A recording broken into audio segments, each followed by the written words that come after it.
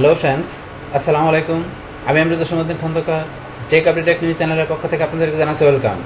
আজকের ভিডিওতে আপনাদের সাথে শেয়ার করব how to use themes on MS Excel, অর্থাৎ এমএস এক্সেলের উপর আমরা কীভাবে থিমস ইউজ করতে পারি। আজকে আমরা সেই বিষয়টা দেখব। এখন আমাদের এই কাজটা করার জন্য প্রথম আমরা এক্সেলে চলে আসি। এক্সেল আসার পর আমরা কী বলছি, আমাদের এক্সেলের সেটার মধ্যে আমরা কি থিম কীভাবে ইউজ করতে পারি বলছে, সেই বিষয়টা দেখব। এখন আমাদের এই কাজটা করার জন্য প্রথম আমরা কিছু ডাটা এখানে লিখে নেই।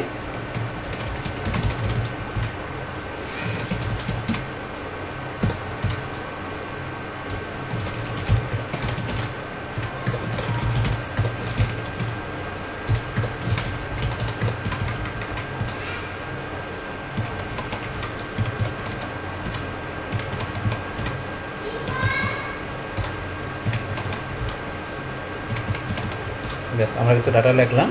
তো এখানে কি লিখলাম, এমপ্লয়ি নেম সেলস। এটা আমরা সাজায় নিচ্ছি এগুলো।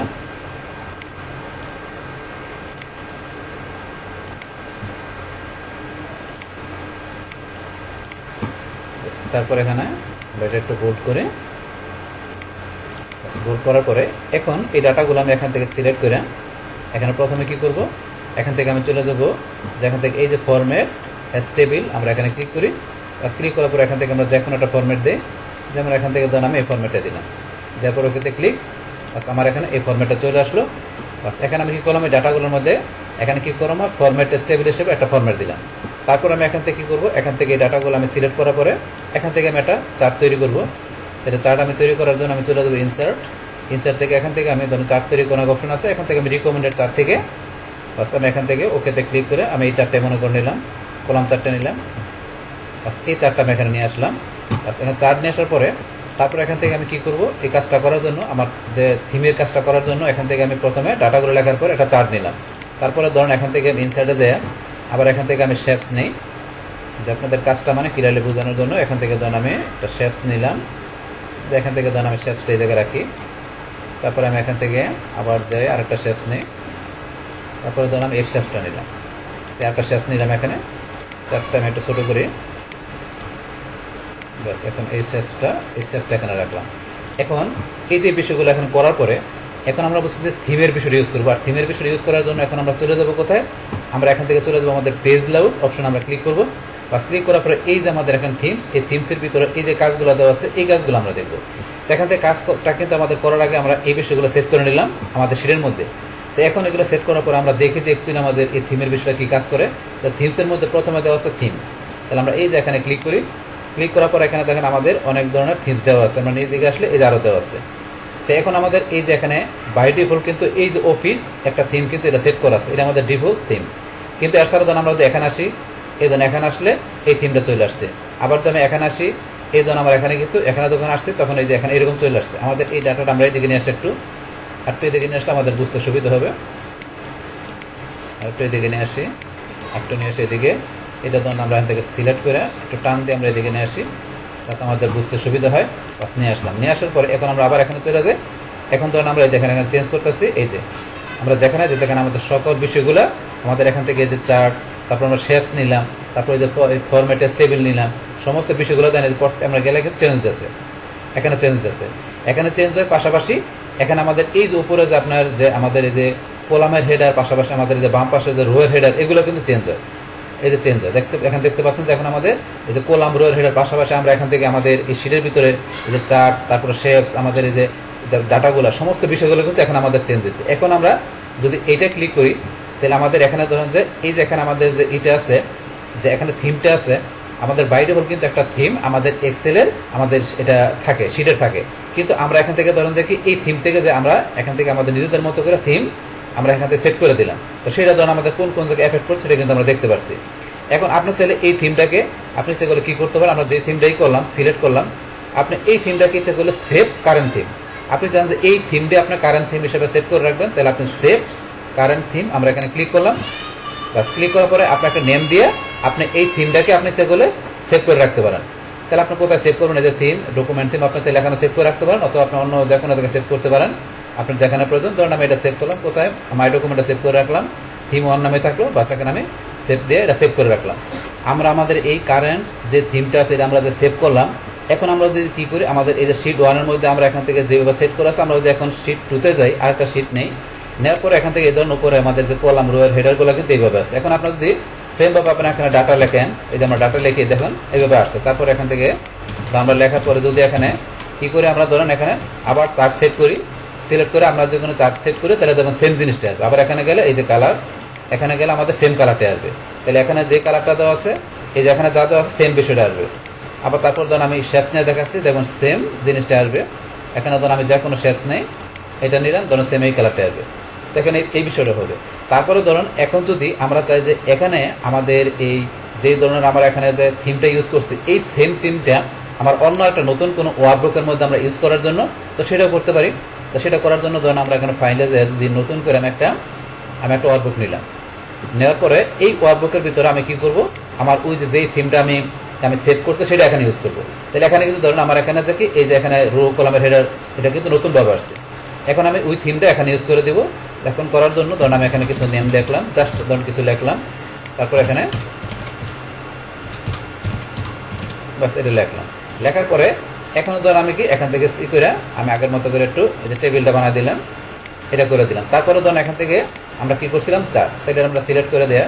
এখন যদি আমরা চার্ট করি, আমরা ইনসাইডে গিয়ে ধরুন একটা চার্ট নিলাম, বাস আমরা যেটা নিলাম। তো এই চার্টটা ধরুন আমরা নিলাম এখানে, বাস নেওয়ার পরে তো চার্টের পরে ধরুন এখানে কি নিয়েছিলাম আমরা শেপস। এখন যদি মনে করেন আমরা আবার শেপসে যাই, যেখান থেকে ধরুন আমরা যে কোনো একটা শেপস নেই, ধরুন আমরা এই শেপসটা নিলাম জাস্ট কাজটা দেখানোর জন্য। তাহলে এই যে বিষয়গুলো নিলাম, তো এখান থেকে এইটা ছাড়া ধরুন আমার এই যে রো কলামের হেডার, এই সমস্ত বিষয়গুলো আমার যে এখানে যে থিমটা আমরা কি করছি সেভ করছি, সেই থিমটা আমরা এখন কি করব আমাদের এই ওয়ার্কবুকের মধ্যে আমাদের শিটগুলোতে আমরা ইউজ করব। তাহলে করার জন্য এখন সেমভাবে আমরা পেজ লেআউটে যাই, যার পরে এই যে থিম আমরা এখানে ক্লিক করব। ক্লিক করার পরে আমরা এখান থেকে কোথায় চলে যাবো, এখন এই যে আমরা সেভ কারেন্ট থিমে ক্লিক করে আমরা সেভ করছি। তাহলে এখন চলে যাবো আমরা এই যেখানে ব্রাউজ ফর থিমে ক্লিক করলাম। বাস ক্লিক করার পর আমাদের থিমটা এখন সেভ করা আছে করে আমরা মাই ডকুমেন্টে সেভ করছি। আপনি যেখানে সেভ করছেন সেখান থেকে থিমটা আপনি নিয়ে আসবেন। তাহলে এই যে থিম 1 নামে আমি সেভ করছি, তা থিম 1 এটা আমি সিলেক্ট করে এখন আমি ওপেনে ক্লিক করি। তাহলে এই যে ধরুন আমি যে থিমটা সেভ করছি সেই থিমটা আমার এখানে চলে আসছে। তাহলে দেখেন এই যে সেম আগের মতো যে রো কলামের হেডারের মধ্যে আমাদের এই যে এখানে থিমের সিস্টেম, তারপরে যে বাকি বিষয়গুলো এখানে চলে আসছে। তো এখানে আমাদের এই যে কারেন্ট যে থিমটা আমরা যে কারেন্ট থিম দিয়ে আপনি যেটা সেভ করবেন, সেই থিম ইচ্ছাগুলো আপনি নতুন ওয়ার্কবুকের মধ্যে আপনি কি করতে পারেন, ইচ্ছাগুলো ইউজ করতে পারেন। তো বিষয়টা আমরা দেখলাম। এখন এটা আমরা দেখার পর ক্লোজ করে দিই, বাস এটা আমরা ক্লোজ করে দিলাম। তাহলে এখান থেকে আমাদের এই পেজ লেআউটে যায় আমাদের থিমের ভিতরে আমাদের যে সেভ কারেন্ট থিমটা যেটার মধ্যে আমরা একটা থিম নিলাম, সেটা কিংবা সেভ করার পরে তার ব্রাউজ ফর থিম কি কাজ করে সেটা কিন্তু আমরা দেখলাম। তাছাড়া আপনি যদি কোনো থিম ডাউনলোড আপনি করে থাকেন, সেটাই ইচ্ছে করলে আপনি এখান থেকে যে ব্রাউজ ফর থিমে যায়, সেটা ইচ্ছে করলে আপনি অন্য কোনো ওয়ার্কবুকে আপনার অন্য শিটের ভিতরে ইচ্ছা করলে এভাবে ইউজ করতে পারেন। বাস এটা আমরা দেখলাম। এখন ধরেন যে কি এখান থেকে আমাদের এই যে থিমের, তো এখান থেকে আমরা এখান থেকে বলছি যেটা আপনি নেবেন সেটা ধরুন আপনি সেভ করে কিভাবে ইউজ করতে সেটা দেখলাম। এখন এর সাথে কিন্তু আমাদের এই যে ডান পাশে আরো এখানে বিভিন্ন অপশনগুলো আছে, এগুলো কি কাজ করে এখানে আমরা যদি এখন কালারে যাই, এই যে আমরা কালারে গেলাম, কালারে যাওয়ার পরে এখন আমাদের এখান থেকে এই যেই থিমটা বর্তমানে আছে এই থিমের আমরা এখান থেকে যেই থিমটা সেট করলাম, এই থিমের জন্য আমাদের এখান থেকে এই যে কালারে গেলে এখানে অনেক ধরনের কালার চলে আসছে। এখন অনেক কালার চলে আসছে। যদি আমরা এটা চেঞ্জ করে দিই, এই থিমটা চেঞ্জ করে আমরা ধরুন এই থিমটা নিলাম, নেওয়ার পরে এখন এই থিমের জন্য আমাদের এখানে কালারের বিষয়গুলো সেট হয়ে গেল। মানে এই থিমের জন্য আমাদের এই যে কালারগুলো সেট হয়ে গেল। এখন আপনি এখান থেকে যেটা প্রয়োজন সেটা আপনি এখান থেকে নিতে পারেন। তারপরে দেখেন এখান থেকে কিন্তু দেওয়া আছে অফিস 2000 থেকে 2007 থেকে 10। তো আপনি এখান থেকে কীভাবে চান সেইভাবে ধরেন এখান থেকে আপনার যেটা প্রয়োজন নিতে পারেন। তারপর চাইলে আপনি এখানে কী করতে পারেন, আপনার কাস্টমাইজ কালার আপনি ইচ্ছা করলে এখান থেকে কাস্টমাইজ কালার যায় আপনি এখান থেকে কাস্টমাইজ করতে পারেন, যে আপনি এখান থেকে কীভাবে নেবেন। তাহলে এখান থেকে আমরা রাখার পরে ধরুন এই যে এখানে দেওয়া আছে আপনি এখানে কি টেক্সট ও ব্যাকগ্রাউন্ড কালার, তো এই বিষয়গুলো আপনি দিবেন। এখানে আমরা SN1 যে ধরুন আমরা কী করলাম এই কালারটা দিলাম। তারপরে SN2 যে এখান থেকে আমরা কী করলাম, ধরুন এখান থেকে কালারটা দিলাম। তারপরে আপনার 3 যে আমরা এখান থেকে ধরেন যে এই কালারটা দিলাম। তো এগুলো আপনি নিজের মতো করে এখানে সেট করে দেয়। লাস্টে এখান থেকে আপনি কি করতে পারেন, এখান থেকে এই যে নিউতে যে আপনি একটা নেম দিয়ে নিতে পারেন, এখানে নেম দিতে পারেন। আপনার কাস্টম 1 দেওয়া আছে, এখানে আমি দিলাম কি ধরেন যে কাস্টম, ধরেন আমি কি দিলাম নাম দিলাম, দেওয়ার পর এখন সেভে ক্লিক। বাস এটা আমার এখানে আমি সেভ করলাম, এটা আমার সেভ হয়ে গেল। তো এটা আমার এখানে সেভ হয়ে গেল।